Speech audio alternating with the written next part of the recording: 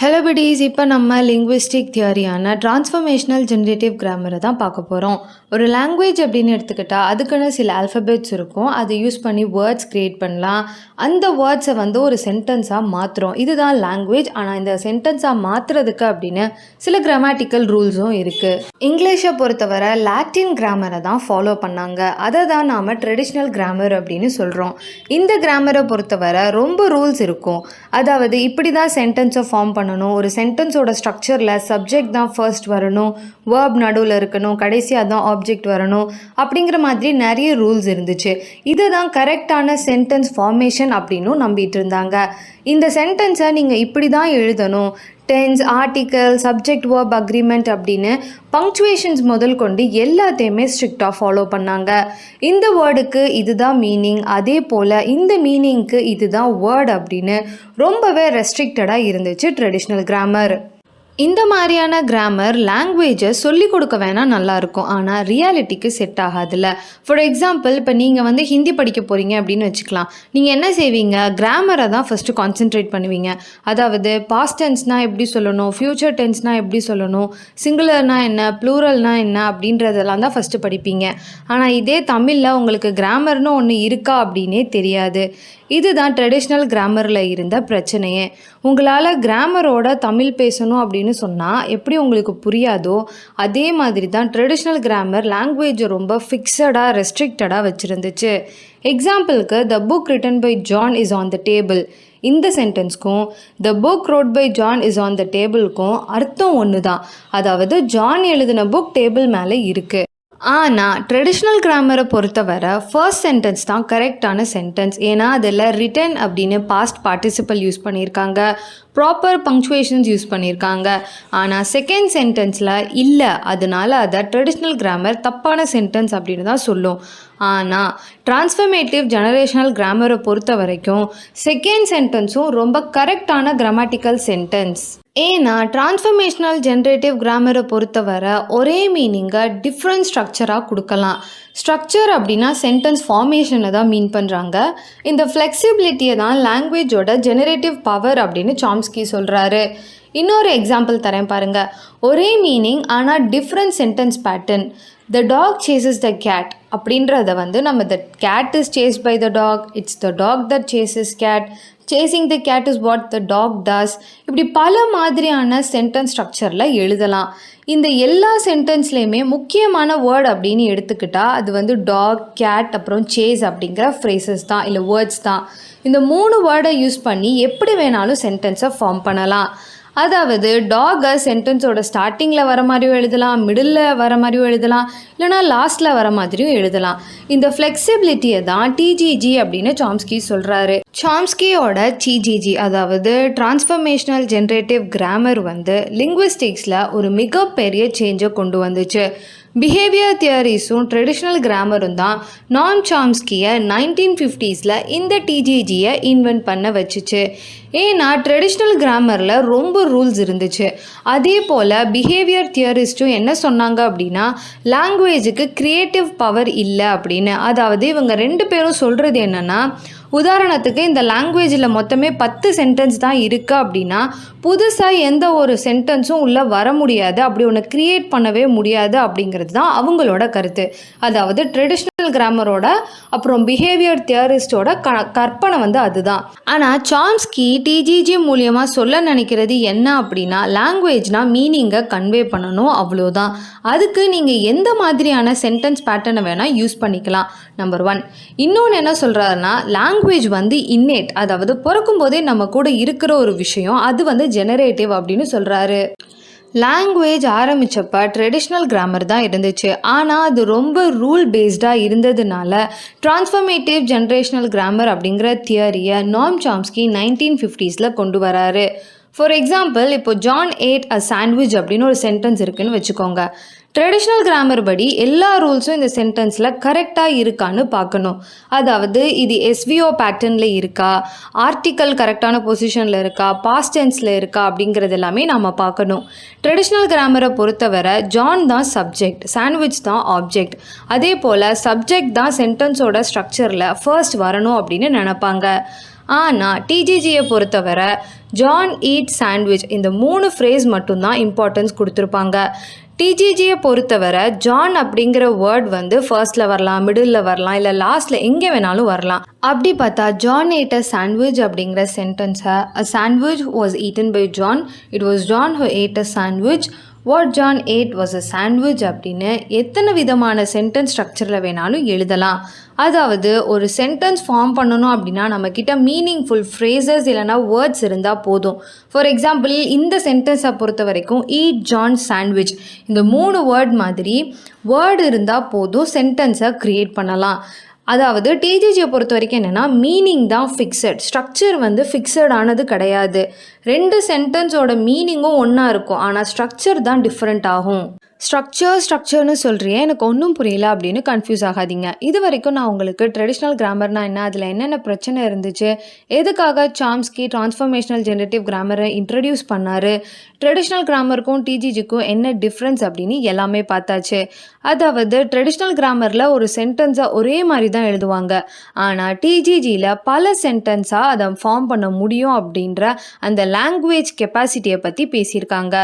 இப்போது நாம் அதை பற்றி தான் கொஞ்சம் டீட்டெயில்டாக, அதாவது டிஜிஜியை பற்றி தான் பார்க்க போகிறோம். டிஜிஜி ட்ரான்ஸ்ஃபர்மேஷனல் ஜெனரேட்டிவ் கிராமரை பொறுத்தவரை 2 விதமான ரூல்ஸ் இருக்குது. ஒன்று ஃப்ரேசல் ரூல், இன்னொன்று ட்ரான்ஸ்ஃபர்மேஷனல் ரூல். ஃப்ரேசல் ரூல் அப்படின்னா ஹைரார்க்கியல் ஸ்ட்ரக்சர், அதாவது ஒரு சென்டென்ஸில் எந்தெந்த மாதிரியான ஃப்ரேசஸ் இருக்குன்னு ஒரு ட்ரீ டயக்ராம் வரையணும் அப்படின்னா என்ன ரூல் இருக்குமோ அதுதான் ஃப்ரேசல் ரூல். இப்போது ஒரு சென்டென்ஸ்க்கு ட்ரீ டயக்ராம் வரைய தேவைப்படுற ரூலை தான் நம்ம ஃப்ரேசல் ரூல் அப்படின்னு சொல்கிறோம். இன்னொன்று ட்ரான்ஸ்ஃபர்மேஷனல் ரூல். இந்த ரூலை புரிஞ்சுக்கணும் அப்படின்னா டீப் ஸ்ட்ரக்சர்னா என்ன, சர்ஃபேஸ் ஸ்ட்ரக்சர்னா என்ன அப்படிங்கிறத முதல்ல நாம் புரிஞ்சுக்கணும். டீப் ஸ்ட்ரக்சர்னா வெறும் இண்டிபெண்ட் மீனிங்ஃபுல் வேர்ட்ஸ், ஒரு வேர்டுக்கும் அந்த வேர்டுக்குள்ள மீனிங்கையும் சொல்கிறது தான் டீப் ஸ்ட்ரக்சர். சர்ஃபேஸ் ஸ்ட்ரக்சர் அப்படின்னா சென்டென்ஸ் ஃபார்மேஷன் இல்லைனா சின்டெக்ஸ் அப்படின்னு சொல்லலாம். வெறும் மீனிங் உள்ள வேர்ட்ஸ் மட்டும் இருந்துச்சுன்னா அது டீப் ஸ்ட்ரக்சர்.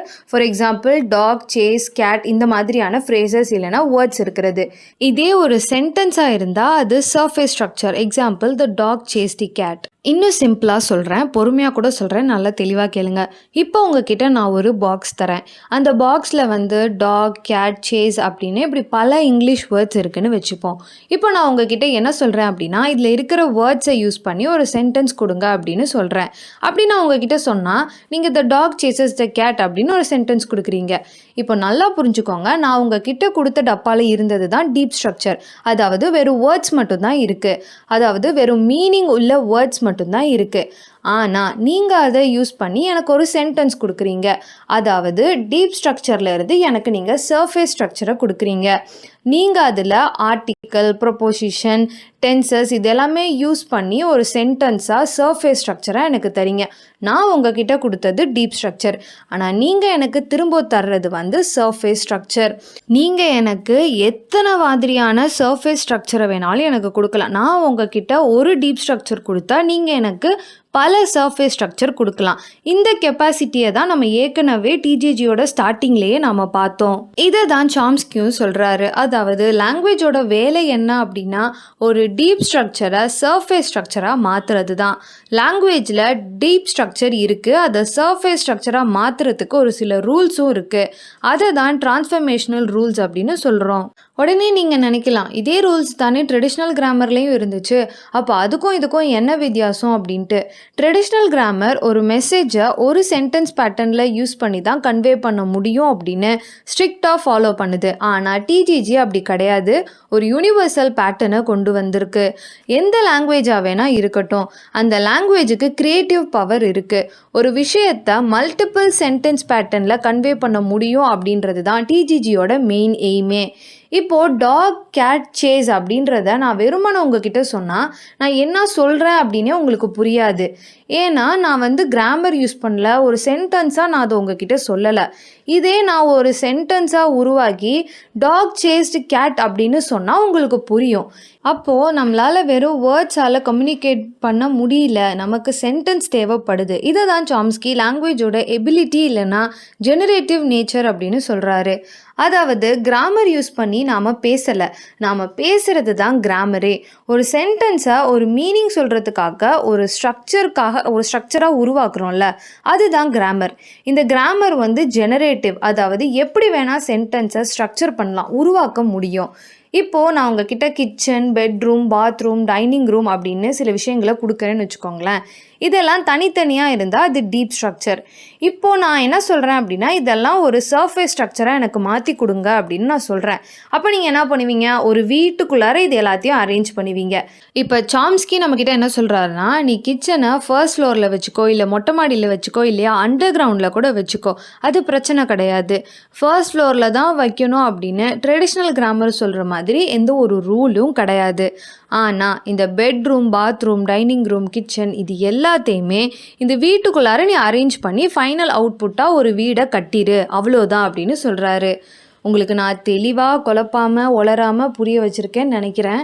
சரி, இப்போ நம்ம மறுபடியும் இங்கே வரலாம். டிஜிஜியில் 2 ரூல் இருக்குது. ஒன்று ஃப்ரேசல் ரூல், அதாவது ட்ரீ டயக்ராம் எப்படி போடணும் அப்படிங்கிறதுக்கான ரூல். இன்னொன்று டிரான்ஸ்ஃபர்மேஷனல் ரூல், ஒரு சென்டென்ஸை எப்படியெல்லாம் மாடிஃபை பண்ணலாம் அப்படிங்கிறதுக்கு தேவையான ரூல். அதாவது டீப் ஸ்ட்ரக்சரை சர்ஃபேஸ் ஸ்ட்ரக்சராக மாற்றுறதுக்கு தேவைப்படுற ரூல்ஸ் தான் டிரான்ஸ்ஃபர்மேஷனல் ரூல்ஸ். இப்போது என்னென்ன ரூல்ஸ் இருக்குது அப்படிங்கிறத பார்க்கலாம். ஃபர்ஸ்ட் நம்ம ஃப்ரேஸ் ஸ்ட்ரக்சர் ரூல் பார்க்கலாம். அதாவது எந்த சென்டென்ஸாக வேணால் இருக்கட்டும், அதில் நவுன் ஃப்ரேஸும் இருக்கும், வேர்ப் ஃப்ரேஸும் இருக்கும். நவுன் ஃப்ரேஸ் அப்படின்னா நவுன் அப்புறம் அதை பற்றின விஷயங்கள், வேர்ப் ஃப்ரேஸ் அப்படின்னா வேர்ப் அப்புறம் அதை பற்றின விஷயங்கள். அதனால ஒரு சென்டென்ஸை எப்போவுமே நவுன் ஃப்ரேஸ், வேர்ப் ஃப்ரேஸ் அப்படின்னு 2ஆக பிரிக்கலாம். அதனால 2 ஃப்ரேஸ் ரூல் இருக்குது. ஒன்று நவுன் ஃப்ரேஸ் ரூல், இன்னொன்று வேர்ப் ஃப்ரேஸ் ரூல். ஃபர்ஸ்ட் நாம் நவுன் ஃப்ரேஸ் ரூல் பார்ப்போம். அதாவது ஒரு சென்டென்ஸில் நவுன் ஃப்ரேஸாக எதையெல்லாம் நாம் எடுத்துக்கலாம் அப்படிங்கிறதுக்கான ரூல் தான் இது.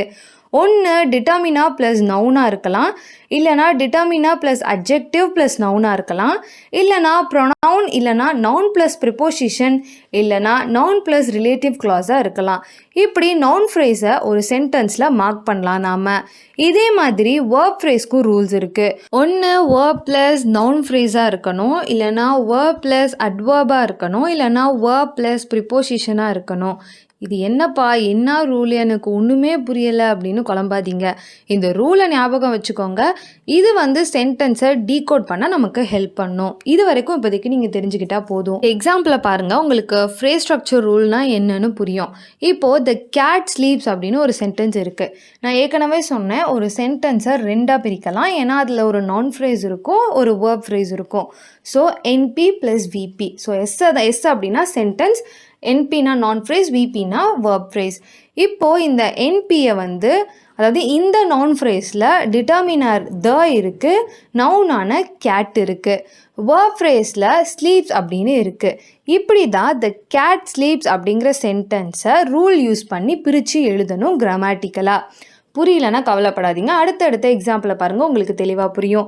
இப்போ அடுத்து ஹி ரீட்ஸ் அ புக். இந்த சென்டென்ஸை இப்போ நம்ம நவுன் ஃப்ரேஸ், வேர்ப் ஃப்ரேஸ் அப்படின்னு பிரிக்கலாம். இந்த சென்டென்ஸில் நவுன் ஃப்ரேஸாக ப்ரொனவுனான ஹீ தான் இருக்குது, வேர்ப் ஃப்ரேஸில் வேர்பான ரீட் இருக்குது, அப்புறம் அகெயின் ஒரு நவுன் ஃப்ரேஸ் இருக்குது. ஏன்னா இந்த சென்டென்ஸில் 2 நவுன் இருக்குது, ஒன்று ஹீ, இன்னொன்று புக்கு.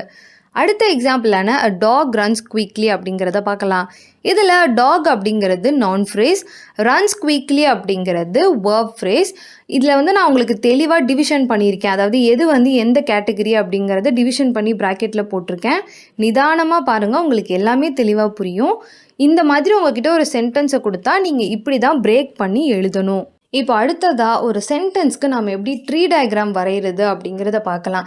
நம்ம இந்த ட்ரீ டயக்ராம் வரைகிறத பார்க்குறதுக்கு முன்னாடி நான் ஏற்கனவே சொன்ன அந்த ஃப்ரேசல் ரூல், அதாவது அந்த நான் phrase rule, verb phrase rule இருக்குல்ல, அது உங்ககிட்ட ஒரு பேப்பர் பென் இருந்துச்சுன்னா அதை நோட் பண்ணி உங்கள் கையில் வச்சுக்கிட்டு அதை சைட் பை சைட் வச்சுக்கிட்டே நான் சொல்கிறேன் இந்த ட்ரீ டயக்ராம் வரைகிறது எப்படிங்கிறத பாருங்கள், உங்களுக்கு இன்னும் நல்லாவே தெளிவாக புரியும்.